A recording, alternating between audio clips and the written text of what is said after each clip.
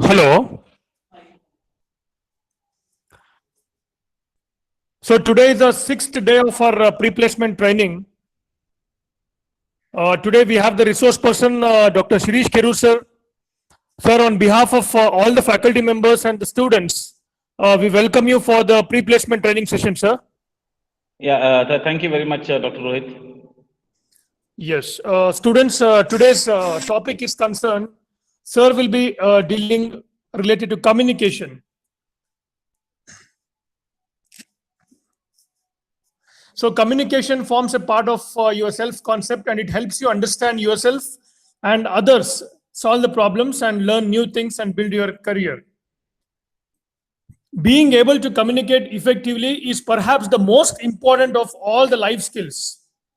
It is what enables us to pass information to other people also, and even to understand what is said to us. So communication skills may take a lifetime to master, if indeed anyone can ever claim to have mastered them.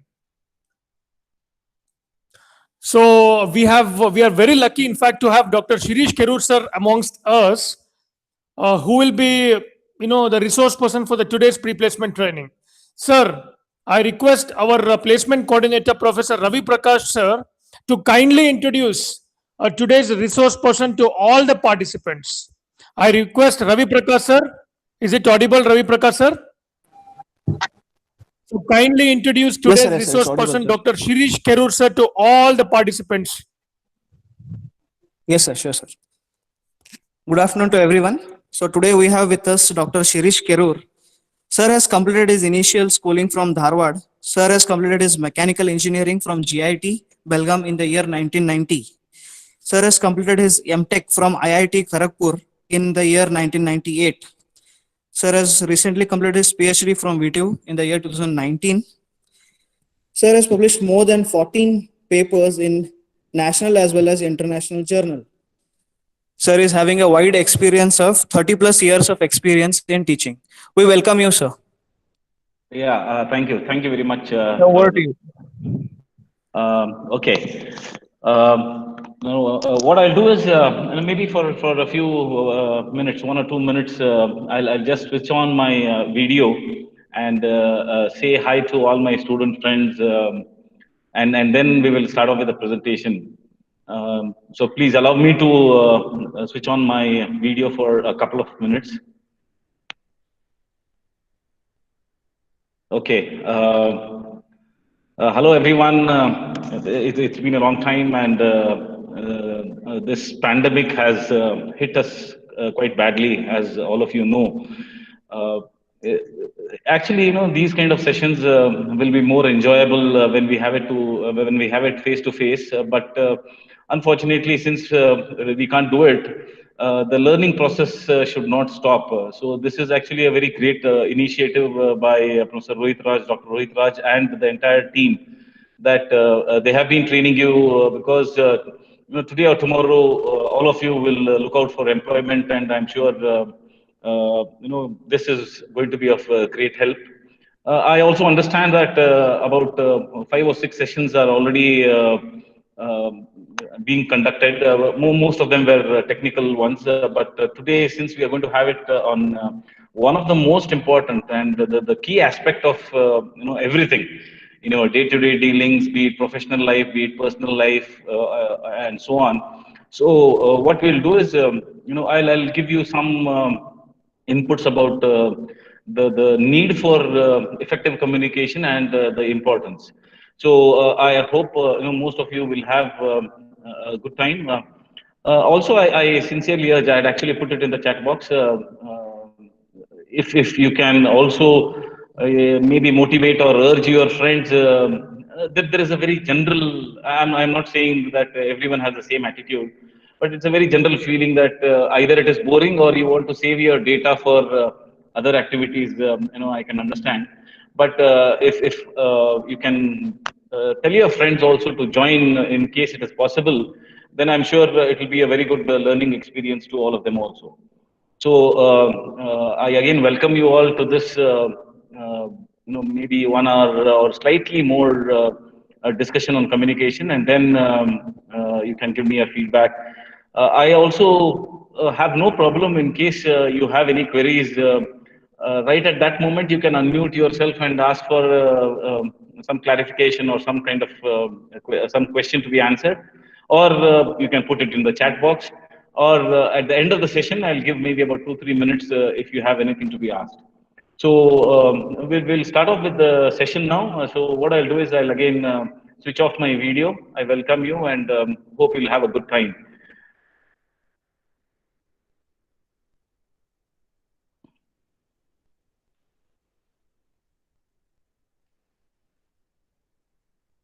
I hope my screen is visible to everyone.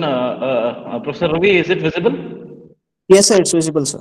Okay, thank you. Thank you very much. Yeah, good afternoon, students. I hope most of you have had your lunch, and this will be a session where we are going to discuss about the various aspects of communication. Uh, I will only give you tips, and my focus in today's talk will be mainly on non-verbal communication. And in verbal communication, I'm going to just briefly touch upon oral communication. Because in verbal communication, since we also talk about written communication, this is something which you can only nurture and get mastery over only by practice. So my talk will be mainly pivoted around oral communication as well as non-verbal communication because this is something which is going to play a major role. Now, we know that success and happiness. What is it? When we look at ourselves, each and every moment, we our main desire to be is to be successful and also to be happy. So these are two things which we continuously seek in our lives. So how do we achieve them? There are various aspects when we look at it. So whenever I discuss these kind of things with either students, colleagues, and so on, the two most important ingredients of achieving success as well as happiness, there is no point in alienating these two because these two always go hand in hand. If you're successful and if you're not happy, it is of no use. And also at the same time, you are happy, fine, but there will always be some, you could say, I say, let's say, a regret or you wanted to do something and you have not been able to achieve it and so on. That is, you feel as if you're not successful. So these two have to join hands together always, and they have to be considered complementing each other. So the two most important things for us to achieve success and happiness, other than all the traits which we're talking of, are positive attitude and excellent communication skills. Uh, this is mainly because we cannot expect things to go the way we want them to.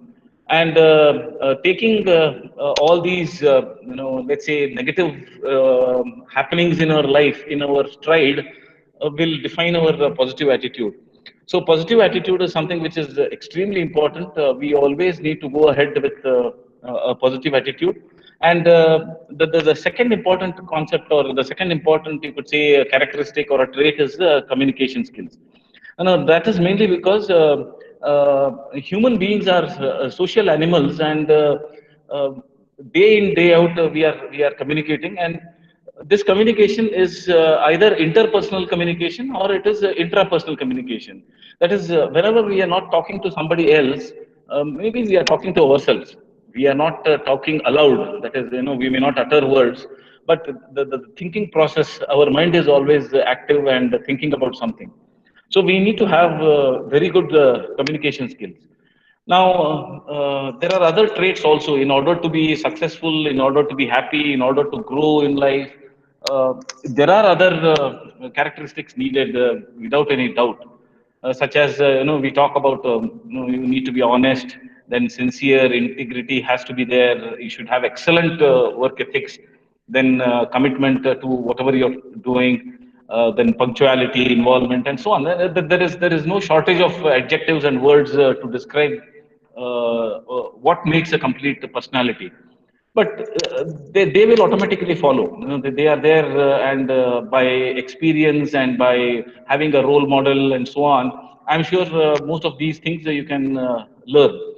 But positive attitude and communication skills, you have to make a very, very conscious effort in order to, you could say, imbibe them and inculcate them in your day-to-day life. Now, what is communication? What is the essence of communication? We have been talking about all these things. Now, you already have undergone training for various other, you could say, logical reasoning and other technical aspects. All that is fine. But one thing which will always stand out in your, you could say, career, in your personal life, in your professional life, and how people perceive you, how you perceive others. Now, all this is mainly and largely dependent on this concept of communication. So different people have, in fact, you could say, described, or they have told about communication in different ways. For example, Keith Davis says communication is the process of passing information from one person to another and understanding each other. Then we have Macfarlane, who says communication may be broadly defined as a process of meaningful interaction among human beings, and so on. We have so many different definitions which people come out. But in very, very simple terms, what communication means is understanding each other. And this process of understanding, as long as we are unable to understand each other, we say that communication has failed miserably. So only when we understand each other, the other traits which I talked about, like honesty, integrity, excellent work ethics, commitment, and so on, these things will not fall into place at all. So we have to understand each other. Now, in this session, what is it that we plan to achieve? Some key points. That is, I wish to provide some knowledge about communication, then give insight on communication skills as needed by. It's not just the students actually; it is a general human race, and suggest ways of going about it. There will be more focus, as I just mentioned earlier. There will be more focus on oral presentation skills and non-verbal communication skills. Now, this is because written communication skills, whether we like it or not, you can have a large debate on it. But our day-to-day, you could say, transactions mainly happen in the English language. So how is it that we can, I don't say master, but at least communicate or have some strong hold on this language, so that there will be no scope for any misunderstandings, miscommunications, and so on. And what needs to be done? I'll also tell you what needs to be done. What are the tools and tips in order to be a good communicator? And take up every opportunity whenever you get an opportunity. Of course, now that you're postgraduate students, I'm sure you will have a lot of opportunities in the form of seminars, presentations, and so on.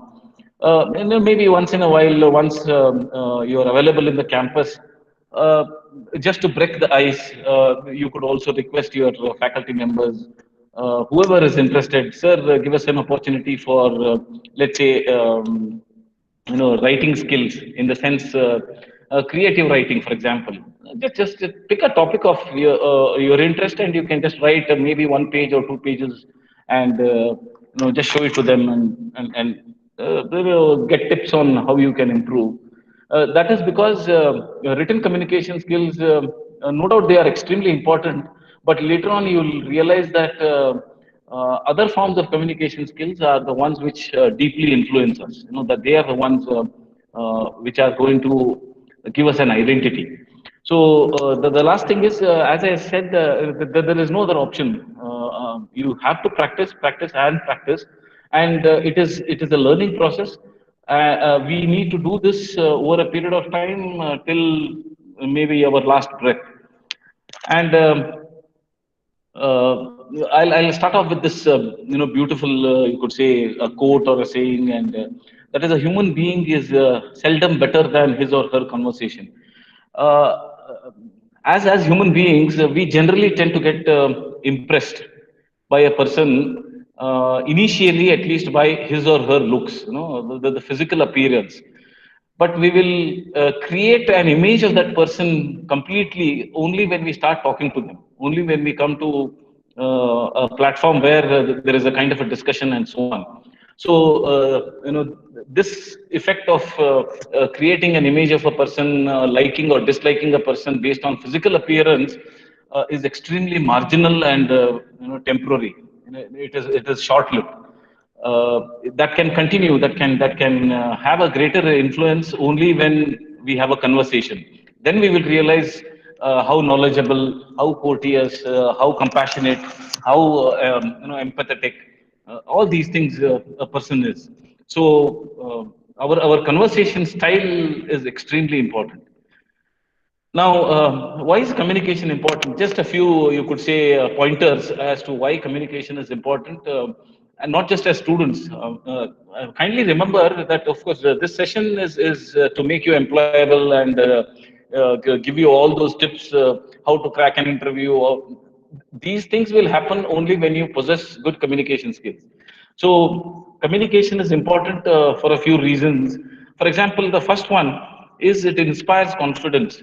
Now, we all come from various backgrounds. We may be from a vernacular medium, or we may have not got an opportunity to speak to others or address a gathering of about, let's say, 50, 60 people, and so on. So when that doesn't happen, we lack confidence. We are unable to face a crowd, and our postures and other, you could say, physical mannerisms will immediately send a signal to the people who are on the other side, who are looking at us, as to uh, we lack confidence, or there is a lot of stress, there is a lot of fear, and so on. These kind of things do happen. Now, only when you have command over your communication skills, then it increases your confidence level. And confidence is something which we want in our day-to-day lives. You can never move ahead as long as you are underconfident or you're subdued. So that is the most important criteria. Then it builds respect in professional and social life. When you show those small nuances or important features of communication, people will respect you, people will adore you, people will love you, people will. No, we say that, okay, person X Y Z has a magnetic personality, or that person is extremely charismatic, and when we start talking to such people, we feel that that other person should never stop talking. We are so impressed by that. So when we look at others in that sense, is it not our desire that people, others also should look upon us in the same manner? We want to be respected, we want to be adored, and we want to be identified. So communication builds respect. Then it makes making of friendship. It helps in making friends. Now, when we talk about this, most of you will agree with me that it is actually very difficult to make new friends. As you grow, it is difficult, since you are still in a community where there is a teaching learning process happening, you have classmates and so on, you have a scope of making friends. But once you go out and start working in an organization or anywhere else, you'll find that this kind of intimacy will not be there. If I suddenly ask you, who are your best friends, I'm sure most of you will name all those people who are your childhood friends, who are your school friends. Now you have friends, no doubt, but that level of attachment and intimacy and emotional bonding is not there. But over a period of time, networking is something which is extremely important. Okay, most of you may have your LinkedIn profiles, all social media, right from Facebook, WhatsApp. You have, Twitter, and some of you may be writing some blogs and so on. So all this is mainly to network, and networking helps in several ways. One of the most important is to get employed, and seek employment. But apart from that, there are instances where I'm sure either you have blocked people or others have blocked you and so on, and when you introspect, you realize that, that there is something wrong in the communication that has happened. So it helps you make friends, which essentially reflects in networking. Then it develops a distinct personality. You are unique. Everyone is unique, and you want to be remembered as somebody who is an excellent orator, or somebody who has got very good communication skills, and so on. And finally, it reveals your ability to others. Others will be able to understand what are your strengths, and of course, in some cases, what are your weaknesses, and how you behave in front of others, and so on. So these are, you could say, the few key points uh, why we say communication is extremely important.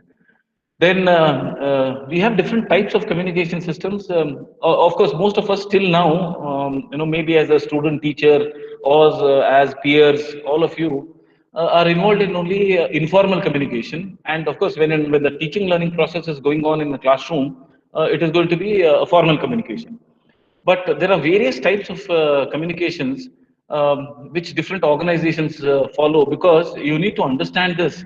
Uh, since you're going to work for any organization, or you're going to build your own organization, so you should be very well aware of what communication process needs to be adhered to, and how do we change it depending on the situation. So all organizations will have different organizational culture, and based on that, you will have different communication modes. So the most common types of communication processes, obviously, these are something which you probably have learnt also in your theory subject of communication: upward, downward, lateral. Open door communication is also something which is included, which means many a times when we want to say convey something to our boss, or some information to our superior, then we may have to take an appointment, or we may have to take a permission, and so on.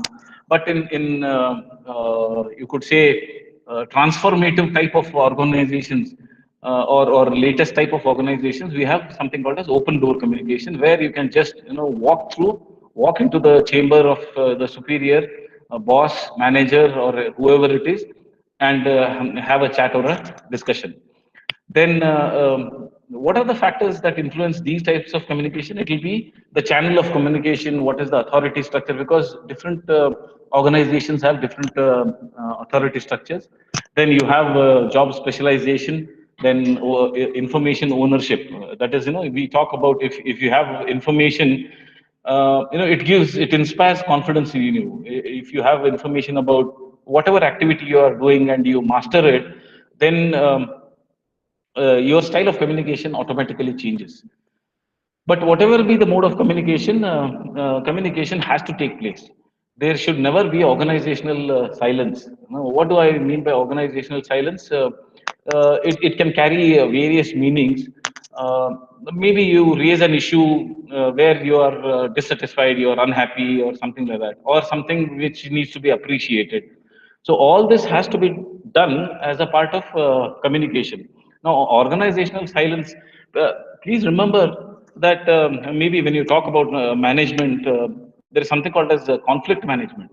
Now, unless and until there is a conflict, things don't improve. In the sense, it becomes a very monotonous and very routine.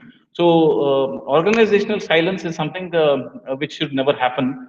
And the same thing. Please remember, most of us have some disagreement, or a kind of verbal argument, and so on. uh, it is my sincere urge that please don't keep these things in your mind. Just remember that you are not going to live here forever. Okay, so why you want to spoil the relationships, and bring bitterness in relationships, and so on. So even in our personal life, we need to remember that communication should take place. Then, how exactly, or what exactly is the communication process? So, this kind of block diagram, I'm sure, again, you have discussed, where you need to have a sender and a receiver, where the sender encodes, and there is a medium of communication. It is received by the receiver decodes it, and feedback and response is extremely important. Now, based on a simple principle of sender and receiver, there are various models which are generated, and you can see that there are some barriers also, barriers for communication, which we'll be discussing later. So, there are three distinct models which are generally available. We call them as different models of communication. For example, this is the first model where we have a sender and receiver. Now you can clearly see that the sender encodes a message, and it sends it to the receiver who decodes it. Now, that's the end of the story. Now, the major drawback of this kind of communication is there will be a lot of barriers. First thing. Second thing is, since the sender does not receive any feedback from the receiver, the sender will be, you could say, completely blind, or there is absolutely no information whether the receiver has understood the message or not, and so on. So the last point here is very important. This model carries the highest risk of miscommunication. So we should never stick to this model of communication where it is one way. We call it as one way communication, where the sender sends and the receiver receives. That's it. The second model of communication is where we have a feedback. So here you can see that the sender sends the message, the receiver receives the message, and gives back some you could say feedback. Now, this enables the sender to identify the language and what are the barriers and the misunderstandings and so on. However, this also is not a perfect way of communicating. So the third model is most ideal, where instead of, let's say, feedback, instead of using the term feedback, we say that there is a dialogue. Okay, and there is an overlap between the sender and the receiver, where which we call as the shared field of experience. Now, dialogue is slightly different from feedback, where we may be either not in a position to understand what the sender is trying to say, or there can be some misunderstandings and so on. Now, these can be sorted out only if there is a dialogue. So, both have to predominantly remember that communication is for the welfare or progress of the organization, and this in turn is going to affect our own, you could say, well-being. So there is a dialogue between the sender and the receiver, and it allows both to contribute to build shared meaning and shared experience. So I would suggest that this is something which needs to be kept in mind, and this form of communication has to be, you could say, uh, practiced in our day-to-day lives. And communication will always have goals. We do not communicate, of course, unless and until there is, you could say, talking something over a cup of tea or coffee or something like that. In all types of communication, there is a goal which we plan to achieve. So, what are these common communication goals? We always communicate to achieve one of them, or a couple of them, or all of them. So it can be to change behavior. I'm sure this kind of communication you have experienced at a personal level in your homes. Okay, so your father or mother, or some relative may tell you, do this, do that, don't do this, don't do that, and so on. What they are trying to do, especially during childhood, is to have an impact on your mind about what is right, what is wrong, and so on. This effectively will change your behavior. Be very polite, be very humble, and so on. These kind of things. Then the second one is to get action. We want some kind of an action, and the third one is to ensure understanding. We always want the other person to be to understand us, and vice versa is also true. Then to persuade, so some of you who probably may take up marketing or sales and so on later on, this will be a major chunk of your communication, to persuade other people, where you tell about the features of your product and so on, and convince them to buy your product.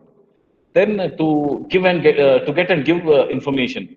So these are, you could say, the five most important goals as to why communication happens in our day-to-day lives.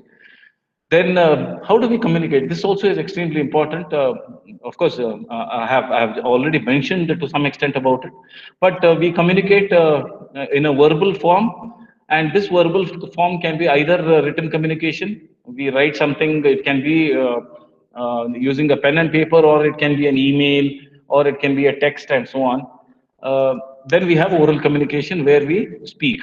Okay, so That is a combination of written and communication, written and oral is what I am doing now. I already have my slides that is written, and those I am discussing, which is oral.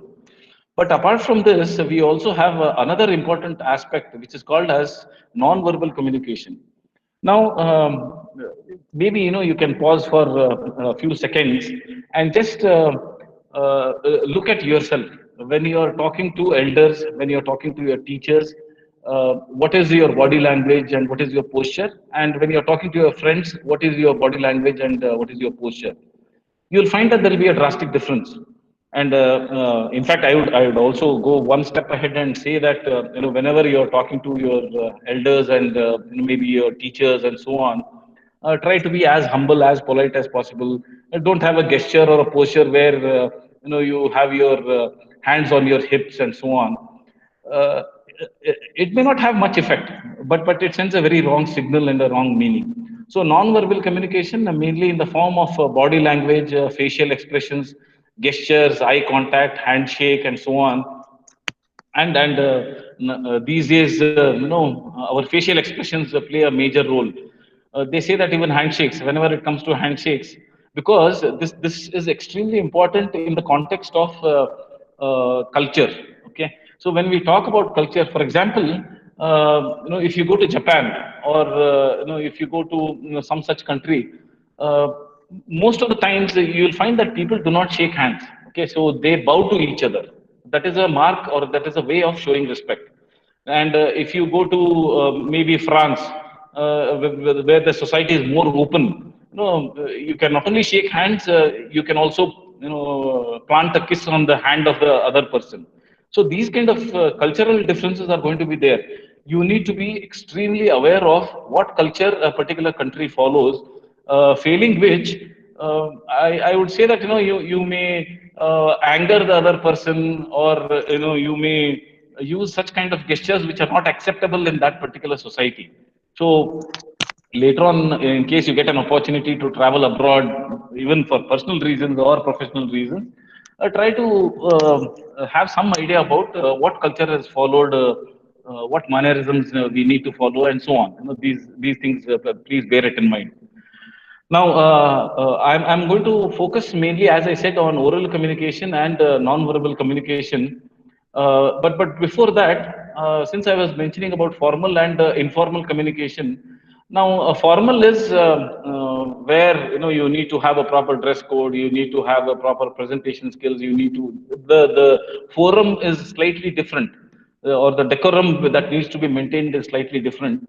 While in informal communication, the passing on of messages, you can do it in any way you want. So I have given very simple examples of informal communication, like great wine, gossip, chatting over a cup of beverage, tea, coffee, and so on. All those can be categorized under informal communication. Now, what you need to remember is formal communication, which I'm sure most of you are going to indulge in after you take up a job or something like that. The usage of words, or the kind of words, should not be derogatory. They should not be, you could say, accusative in nature. You should not accuse anyone, and so on. So the type of usage of words, the tone, the enunciation, posture, they play a major role. But while informal communication, when that is taking place, sharing of information is more important, and not the manner in which it is done. So, when you meet your friends, you give a hug, you hit them on the back, and you talk in your colloquial language, and so on. These things keep happening, but you cannot afford to use this kind of a language and this kind of a mannerism in case of formal communication. So there are seven C's of communication. Of course, you can add many more. You could say C's, as well as the alphabets from A to Z or A to Z. So all of them you can somehow relate to them.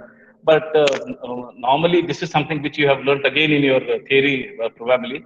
So clarity is very important. Uh, Most of the time, if you look back at your own teachers, friends, and so on, we make a comment, we pass a comment saying that we do not understand what the other person is saying, or they swallow the words, and so on. So this is something which needs to be avoided. So we talk about diction, audibility, and pronunciation. All these fall under the clarity of the communication, what you do. Then you have to be correct. You cannot give wrong information. There is no escape for this. Then it has to be complete. Many a times it happens that after we cut a call, or after we as teachers, for example, when we go out of the class after finishing a lecture, we suddenly realize that, oh no, no, this thing also had to be told to the students. Somehow I forgot, and we make it a point to tell that in the next class, and so on. So completeness is it needs preparation. You should probably have a to-do list, or a list where you jot down everything, whatever you want to convey, so that nothing goes missing. Then we have courteousness. Now, courteousness is it is again humility, humbleness, politeness, and so on.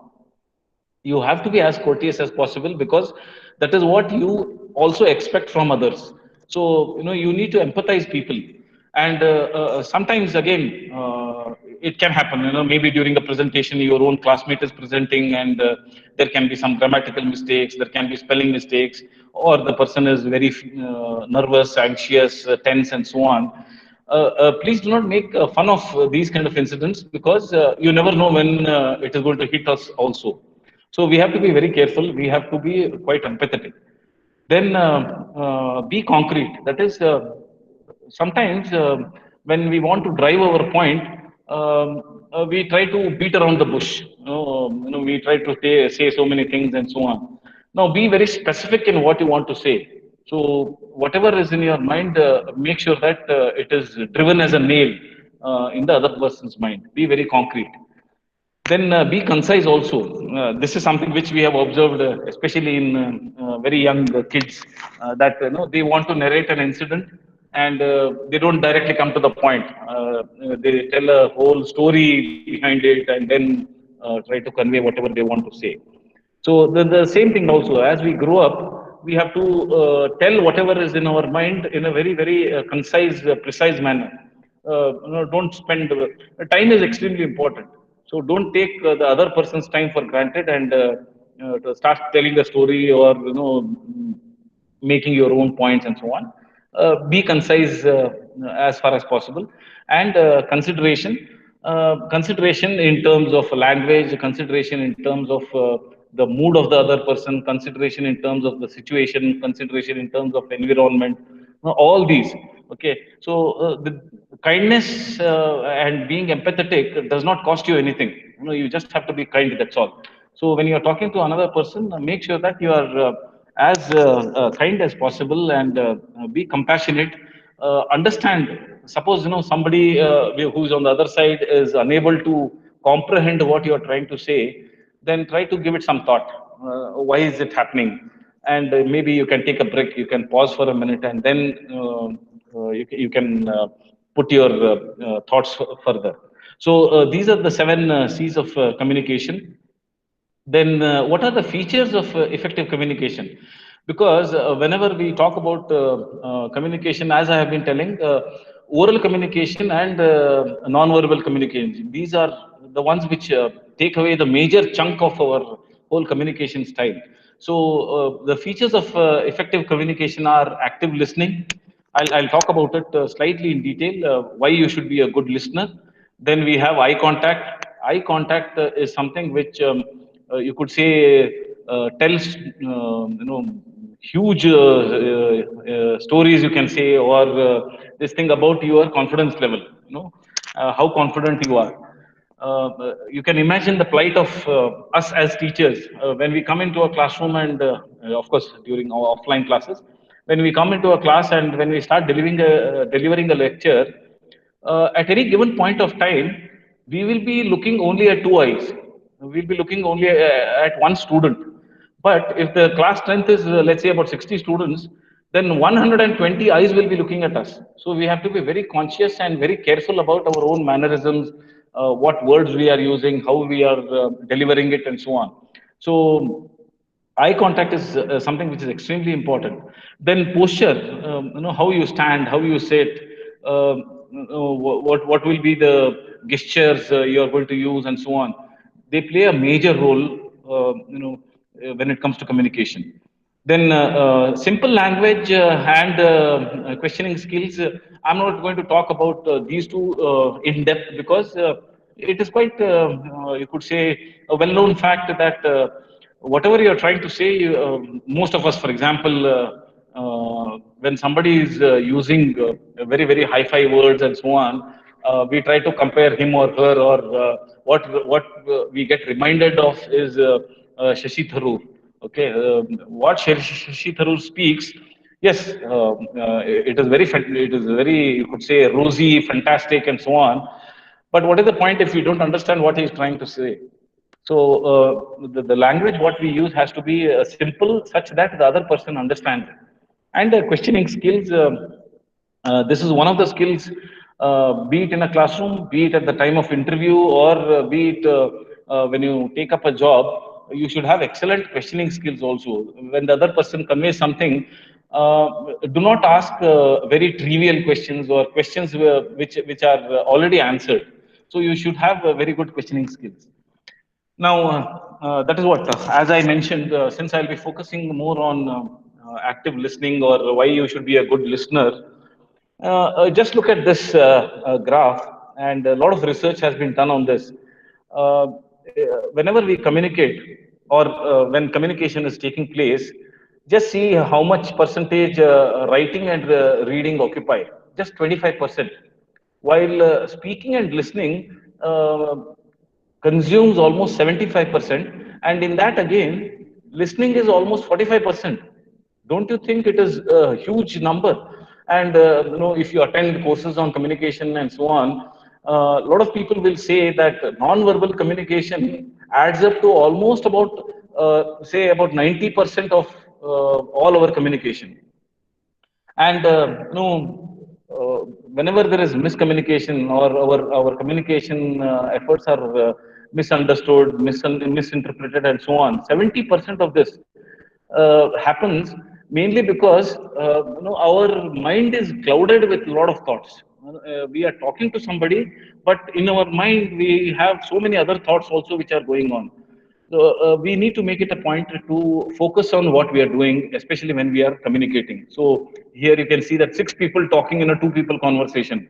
That means in our brain, if I am the person who is communicating and the other person is the listener, then there will be three people, in fact, talking in our minds, while three people in the other person's mind.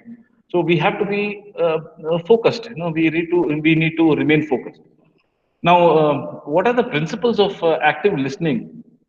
This is something, you may attend, be it a lecture, or be it a seminar, be it a presentation later on, whatever it is. There are certain principles of active communication.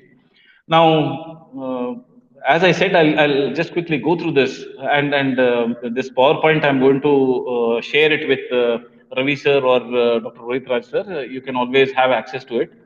Look for the areas of interest.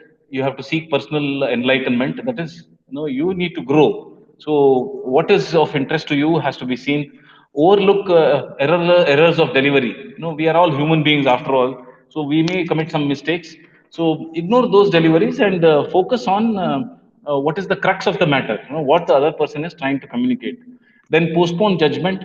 We are all judgmental. The moment somebody starts talking about a particular topic, we come to conclusions immediately. So you can always postpone it. Okay, so don't be judgmental immediately. Listen for ideas. What are the main points? What are the themes on which a person is talking? Why that person is talking to us in the first place, and so on. Then take notes. Normally, we don't indulge in this.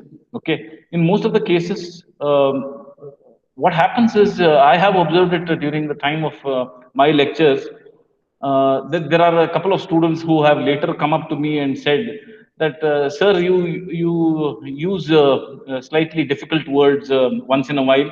So generally, what we do is, we make a note of those words, then we go back and refer the dictionary and try to find out the meaning of what that word means, and so on. So it is always a very good habit to take notes, mainly because we cannot completely rely on our memory. So when we are listening to someone, we feel as if we have understood everything. But maybe half an hour or 1 hour after that, if we ask you to, rewrite what the other person said, that is summarize what the other person said, we may miss out on the key points because we have not taken any notes. So take notes, which will be quite helpful. Then be actively responsive. Um, don't make the speaker feel as if he or she is talking to a wall. Okay, so you are all people with life. You are sitting in front of someone, so you can use gestures like nods. It can be agreement, it can be disagreement, and so on. No problem. But at least give an indication that you are listening. Then restrict distractions. Again, this is something which I find it, in spite of, let's say, a mobile ban or whatever it is. There are instances where it happens. You are very keen on. Somehow without the lecturer, without the professor noticing, you want to slowly open the mobile phone from your bag and see if you have received any calls, messages, and so on. Okay, and these are all distractions, and whenever you get distracted, there are chances that you will miss out on some key points or key things which are being discussed. Then you can challenge your mind, then you can capitalize on your mind speed. Okay, so all of you, I'm sure, know this fact, well-known fact, that the fastest thing on earth is the thoughts. That is the way our mind works. Okay, so one after another, we keep getting thoughts in our mind, and you cannot imagine the rate or the speed at which we get these thoughts. Then assist and encourage the speaker at any point of time. As I said, it can be in a classroom when your friend is giving the presentation, or it can be a faculty. We all may get stuck somewhere once in a while. So instead of making fun, you help the speaker in order to continue with the discussion, and you can use reflecting phrases or questions and so on. Then we have something called as the Hurrier model of effective listening, HURIER. Why is it called as the Hurrier model? Is because of this diagram. You can see that it starts with hearing, then understanding, remembering, interpreting, and evaluating, and then responding. So I have highlighted all the first alphabets of this. In order to be a good listener, then you have to listen. You have to, of course, there is a small difference between hearing and listening, but it's okay. So you can take it as hear the other person, try to understand the other person, then try to remember what the other person has said, and interpret what it means. And again, as I said, as long as you have a very positive frame of mind, you can interpret it in the best possible manner. Then evaluate it and then respond to it. Don't immediately after hearing someone, don't immediately respond. And this is actually sometimes the reason for miscommunication and misunderstanding. Now, something which I always like to say, that a good listener is not only popular everywhere, but after a while, he knows something because you have listened. You become more knowledgeable. If you don't listen, just walk away, or you get distracted and so on, then you'll miss out on something. So, a good listener, forget about the popularity part of it. They will also become more knowledgeable. Then you can see what is listening. Again, an extension to the Hurrier model only. That is, we receive, we understand information, we evaluate, we remember, and then we respond. Um, in this context, I'd like to share something. Please remember that God has given us 2 ears and only one mouth. Okay, what it actually means. Why is it? There has to be some reason behind it. Sometimes when we talk about ears, I'm mentioning about the listening skills here, not the ear lobes and so on. Because I remember when I was young, one of my uncles always used to ask me, why are these ear lobes given to us? Why are these shapes given to us? And no, there were various reasons. But very convincing answer was later on when you get, let's say, hypometropia or myopia and so on. That is a number for reading and listening. When you make glasses, without those ear lobes, how will the frame of the lens, uh, uh, the spectacle, how will it rest? No, it is impossible. Something like that. But the conclusion of this is that this means we have to spend more time listening than talking. Okay, so this is something which is extremely important. Then eye contact, I have given you some insight on eye contact, why eye contact is so important, and what signals does it send to the other person, and so on. So during public speaking, making an eye contact with the audience is of grave importance. It instills confidence in the listener as well as the speaker. Then it is important to scan the entire audience. This is sometimes we make a mistake whenever we are giving a presentation. We may end up unknowingly giving the entire presentation looking at only one person. Okay, so what actually happens is the other person at whom you are looking at will get tend to get embarrassed. Then never deliver a talk looking either at infinity or a particular person or a place. You should actually keep scanning the audience. They are the ones who are the stakeholders. You are delivering a lecture for them. Then it forms a part of non-verbal communication. Looking into the eye speaks volumes about your confidence, knowledge, language, intention, everything.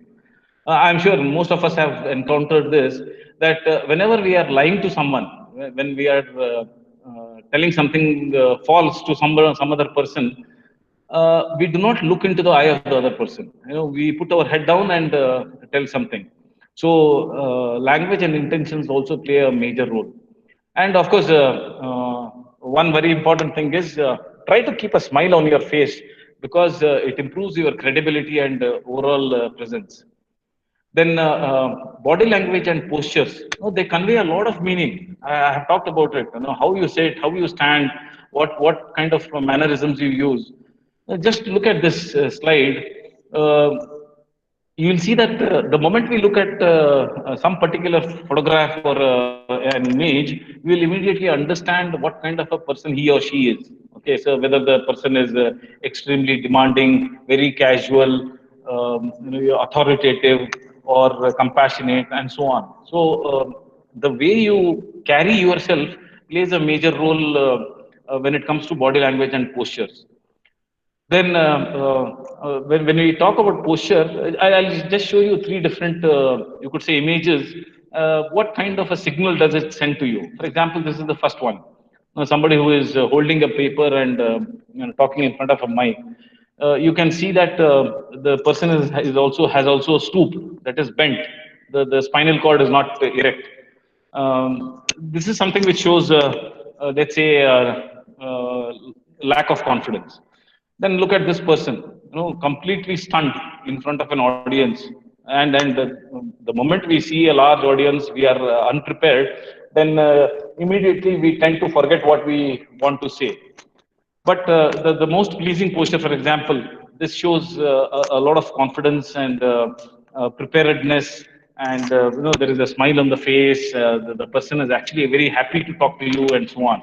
So all this, over a period of time, as I said, you cannot change this immediately.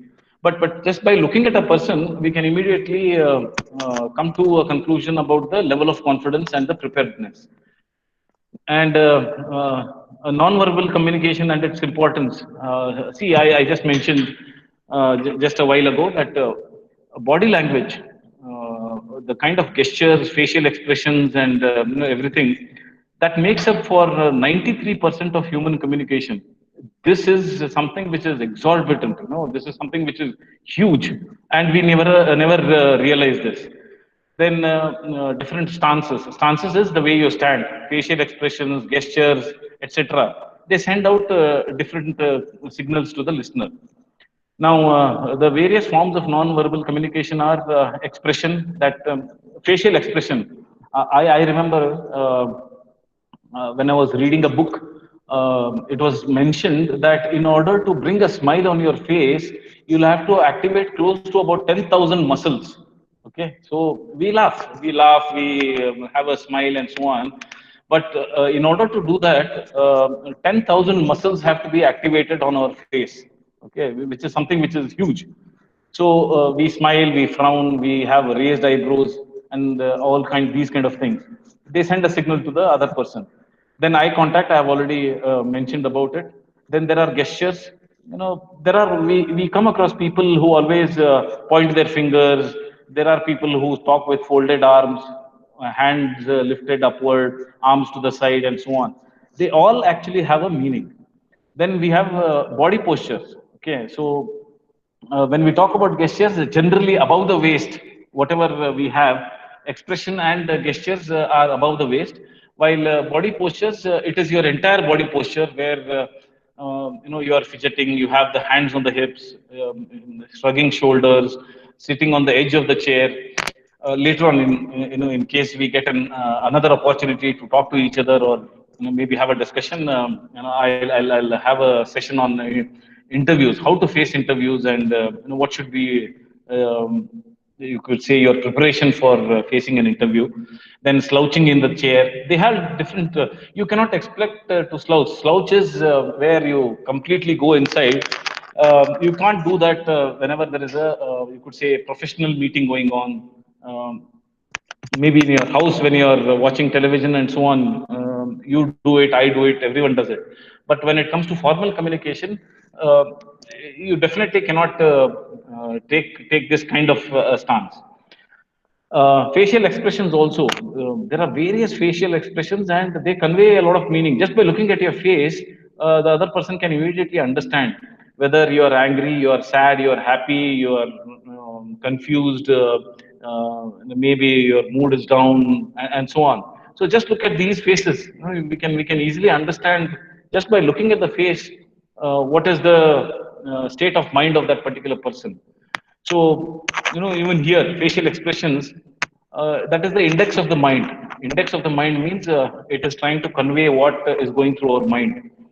And be aware that what is going through our mind comes out of our facial expressions, even without our knowledge. Okay, we don't know, we don't realize that we are making a sad face or we are making a happy face, and so on. We have a frown, or sometimes we look at others in awe. That is we are stunned, looking at other people. All these can affect our communication style. Then we have, of course, when I was doing another course, it was being mentioned about high-powered people and low-powered people. There are two very important hormones in our body. One is the testosterone, and the other one is cortisol. Testosterone is the one which is mainly responsible for our energy level, okay, our mood level, and so on. While cortisol is the one which is mainly responsible for the stress level. Okay, so high-powered people, if you look at high-powered people, by changing your gestures, you can have a 20% increase of energy because testosterone level changes. It goes to as high as about 8 pg per milliliters or pg per ml, and cortisol, in fact, decreases by twice the value. So it decreases your stress level by 25%.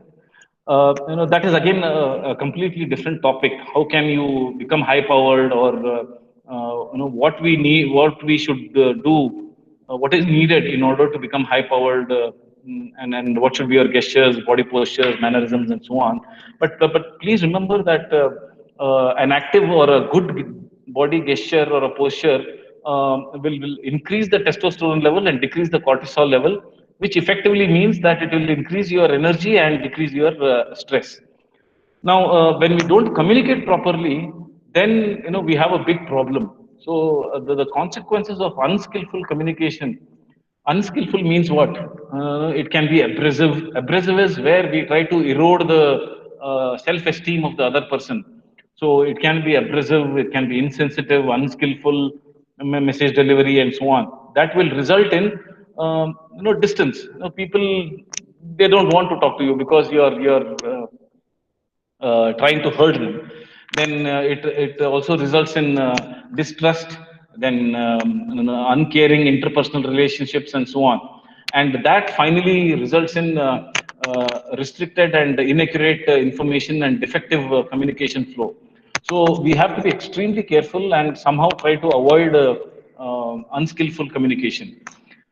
Now, public speaking, be it again, I'm trying to generalize this. I don't say that day in day out, all of you will make presentations, give presentations, seminars, or something like that. But in general, also, in order to excel as an orator, what all you need to do. So there are a few questions you can ask yourself.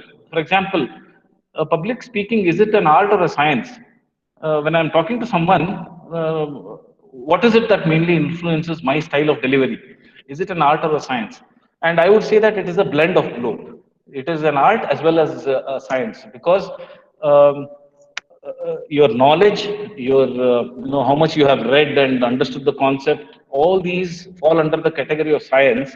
Then your mannerisms, your body posture and other gestures, they will. It is an art. Okay, so there are so many such things which you need to include. Then are excellent orators. We have heard some amazing people. Some people who, when they start talking on the dais, on the podium, we are extremely impressed by the way they deliver whatever they're trying to deliver. So, are they born, or is it something that can be imbibed or nurtured? Now, the answer to this question, to a very large extent, it can be imbibed and nurtured. You can put in a lot of effort, conscious effort, in order to become a very good orator.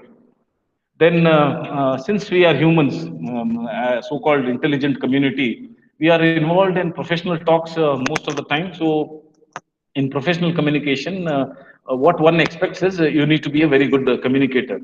So, most of you, since you are in this field of MBA, I'm sure over a period of time you'll occupy very important positions. You can become a leader. So, good public speaking is an essential quality for leaders. And you can also remember this.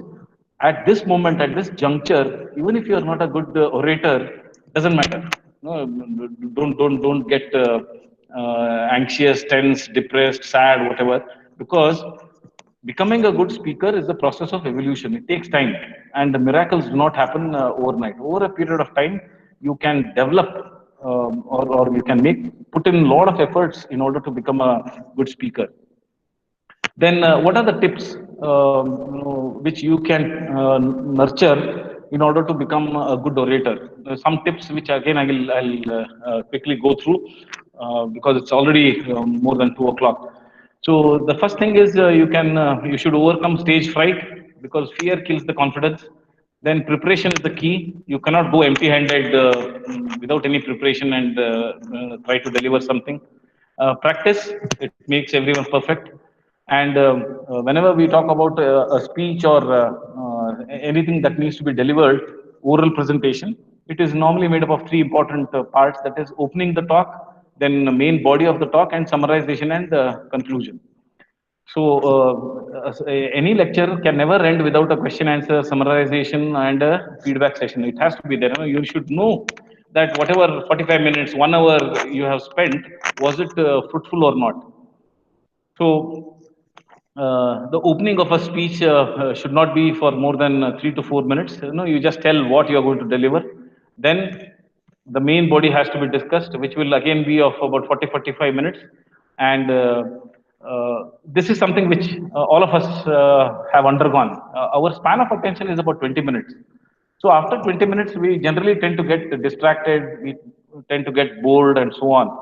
So the speaker, as a speaker, you have to realize that you need to break the ice every 15 to 20 minutes. Now, what do we mean by breaking the ice? Depending on what kind of an audience you have, one, you can ask some questions. Two, you can tell some stories.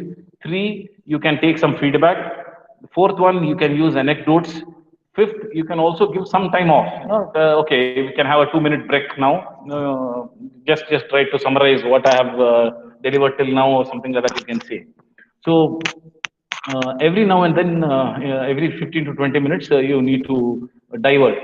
Then use powerful, evocative means powerful words, anecdotes, examples, statistics, stories, etc. to support your talk. Uh, when you use statistics, that will be more impressive. That means you have done your homework. You have done a lot of research on what you are delivering. Then plan for someone who can ask tough questions. Tough questions can be there. Tough in the sense, what I mean by tough here is not that you don't know the answer. They can be very tricky questions. So how do you avoid them, or how do you negotiate them? How do you maneuver them? Is something which you need to plan. Then do your homework. I have already told you, you should know enough about the subject which you are going to talk on. Then strategize some basic answers, frame some probable questions for yourself. You only can do it. What may be the questions that can be asked on this particular topic? So strategize some basic answers, keep your answers brief and stay to the point. Learn to say do not know. We are yes, we have done enough research, but there may be some questions for which the answer we don't know. There is nothing wrong in telling that I don't know. And depending on where you are delivering a lecture, you can say, okay, I'll get back to you after getting the answer, something like that. Don't get you could say unnerved by such kind of questions. Then reject loaded or prejudiced questions, especially which are very touchy and which can lead to some controversy.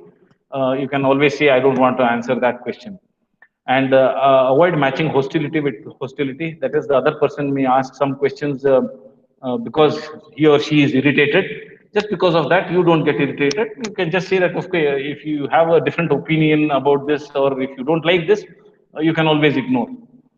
And remember, question answer session is still a part of the presentation. So at the end of the presentation, or at the end of any talk, you can always give some time for question answers. Then I was mentioning about barriers to communication. What happens when communication fails because of these barriers? Relationships begin to get sour or bitter. We start hating the other person, disliking the other person, avoiding the other person, and so on. Then this automatically affects trust and productivity in the long run, and it can lead to demotivation and increased stress. Unnecessarily, we'll get stressed thinking about things which have happened. So past is past. We have to learn to let go. That is the first thing. The second thing is we also need to understand that uh, these barriers can lead to demotivation. Then people shy away from responsibility when information is not shared or it is shared partially. We say, okay, that other person has not told me everything completely fine, I'm not going to do it, and something like that. Then the overall ambience gets spoiled due to miscommunication, and all the concerned start viewing each other with suspicion. Since there is lack of trust, whenever there is lack of trust, we try to look at the other person with in a very suspicious manner. Then to ensure that the climate in an organization, or that's what, in your own household, what I mean by climate is we should be on talking terms with everyone. So as long as we want it to be amicable and conducive, we need to maintain communication and assure that information is conveyed properly and understood correctly also. There are barriers which can be classified as sender related. Let's say if I am the sender, I may have some barriers. They can be receiver related. The other person may have barriers. Now there is one more very important barrier which is called as situation related. Situation related is neither related to the sender nor the receiver. It is out of our control.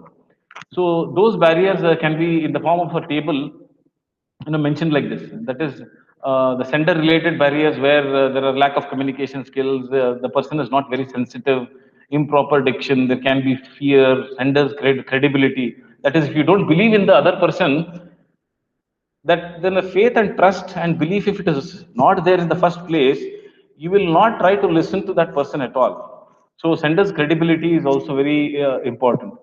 Then we have receiver related barriers, that is selective or poor listening skills, prior evaluation. I told you, don't be judgmental. Then lack of understanding the context of communication, why the other person is trying to say this at this moment. Then lack of responsive feedback, and so on. So all these barriers are there, which finally result in miscommunication. And I just mentioned what will be the outcome of such miscommunication. So, in order to be a good, you could say, speaker, there are some universal rules. where you can articulate very clearly. You grab the attention of the audience with a very powerful opening. You can use an anecdote, you can use a saying, you can use something which maybe the other person has not come across at any point of time. Then let there be a logical flow to the speech. Then you have to control your performance anxiety. If you are using a PowerPoint, then create a PowerPoint which has the right amount of detail. Sometimes this I keep telling even my mechanical engineering students also. Now in one slide, no, there is an entire, you could say about 40, 50 lines included. Now, the first thing is when it is all jumbled up, the person will not look at you. The person will try to look at the slide and try to read everything what you have mentioned. So what you need to do is when you're making such kind of presentation, there have to be sentences which act only as pointers. No, they are not. They should not have the entire content in them. Then draft an evaluation form that the attendees can complete. That is some kind of a feedback form. Then in some cases, I'm sure most of you will do it in the years to come. You hand out copies of the slides in advance to minimize note-taking demands. That is, whatever you're going to say, you can hand out the slides. There's absolutely no problem. Then memorizing enough content so that the speech does not come off as a reading off of notes. Please don't do it. When you're making a presentation, it can be handheld notes or looking at the slides continuously. Because the audience are also very knowledgeable and learned people. They also know how to read. And if you look at the slides and start reading, what is the point? They can also read. What you need to do is the content of the slides should be only the skeleton, and you have to add a beautiful, body to this skeleton. Then this I have already talked. You maintain eye contact and provide an energetic, animated physical presence. What I mean by animated as well as energetic is, don't stand at a single place and deliver the lecture. Keep moving around. However, there is a word of caution here. When I say keep moving around, don't move around very consciously also.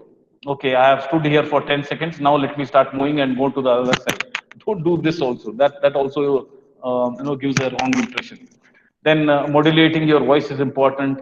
Preparing examples that are relevant to what you are talking is also extremely important. Case studies, you can have case studies. You can give examples. You use anecdotes. As I said, use statistics and so on. Then provide compelling evidence to support themes. Rehearsing is something which we all fail to do. That is, we never go through the slides after the entire presentation is ready. At least twice or thrice go to the entire presentation, so that you will come to know what you could say lacunae are there, or what are the shortcomings, where we have made some mistake. Are there any spelling mistakes or grammatical mistakes? Punctuation marks are missing, and so on. All these things. Then review feedback and modify the approach for talks in the future, because talking is not a one-time affair. We keep doing it every day, day in, day out. So if once you get a feedback, take that as a constructive feedback, and so that you can incorporate that in the future. Then you have to summarize at the end. You have to tell stories to illustrate points. Then you time your speech such that you finish it in the allotted time. Of course, now I have slightly overshot the time which has been allotted, but it happens once in a while. Then use humor to enliven a talk. There's nothing wrong in using humor as long as you don't demean somebody else. So use humor to enliven a talk. And please make sure that you have finished speaking before your audience has finished listening. So just make sure that you end it. Don't do it. Wait for this happens. When somebody gives a very long and boring lecture. Maybe in our school days or other times we have done it. We start clapping, sending a signal that please stop talking now. It is enough. So make sure that you finish before the other person or the listener gives you a cue. And I'm sure all of you are going to be great leaders in the days to come. So, in order to be a great leader, make sure that you inspire them to follow you and not your rules. Okay, so by your own personality, by the looking at you, act as a role model, carry yourself in such a way that Finally, people look upon you as a leader because of what you are, not because of the rules you have laid out. And this guy, I suggest over a period of time, you have a lot of TED talks on YouTube available by this person, that is Simon Sinek, and he has been one of my favorites. So, great leaders communicate, and great communicators lead. So, in order to uh, put yourself in the shoes of a leader, if you want to see yourself as a leader, over a period of time, make sure that you improve your communication skills.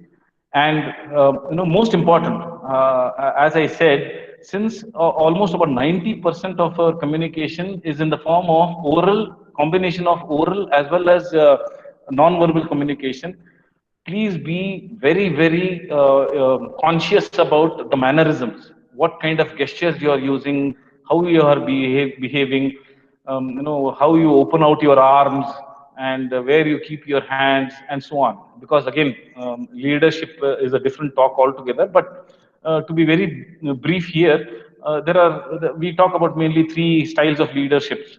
That is authoritative, which is dictatorial. Then you have democratic leader and a free rein leader, or a laissez-faire, as we call it, which is a French word. So authoritative leaders normally have the habit of banging on the table, pointing finger, raising their voice, and so on, which we don't want to happen.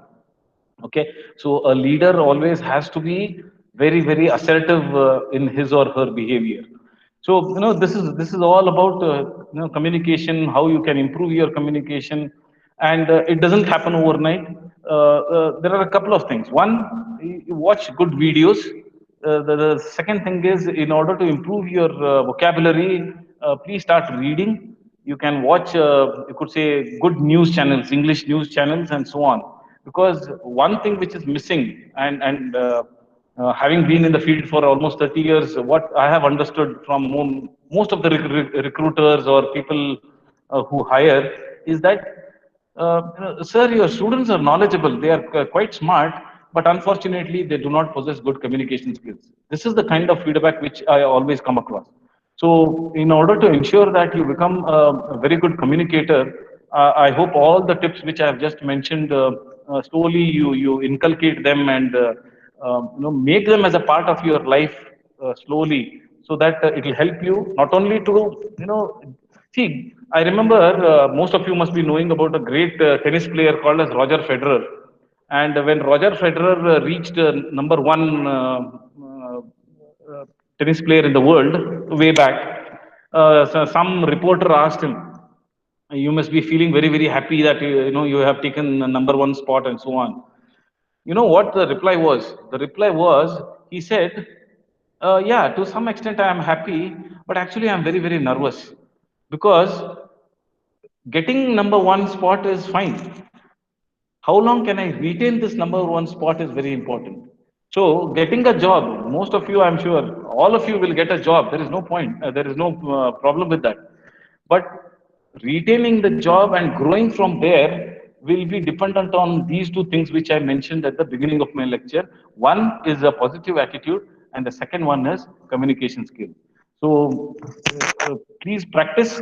Please make it, maybe your DNA. Take it in your blood, and tell yourself every day that I have to become a good communicator, without which I will not be successful. I will not be happy also. So, this is all about communication. In case there are any questions, or anything you want to ask, you can always do that. I hope the entire session was useful, and it was quite, you could say, uh, informative.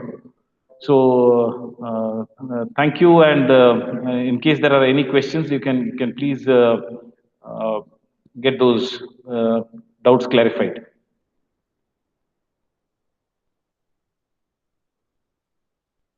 If there are no questions, of course, there are no questions in the chat box. So, if you want to ask anything, you can unmute yourself and ask.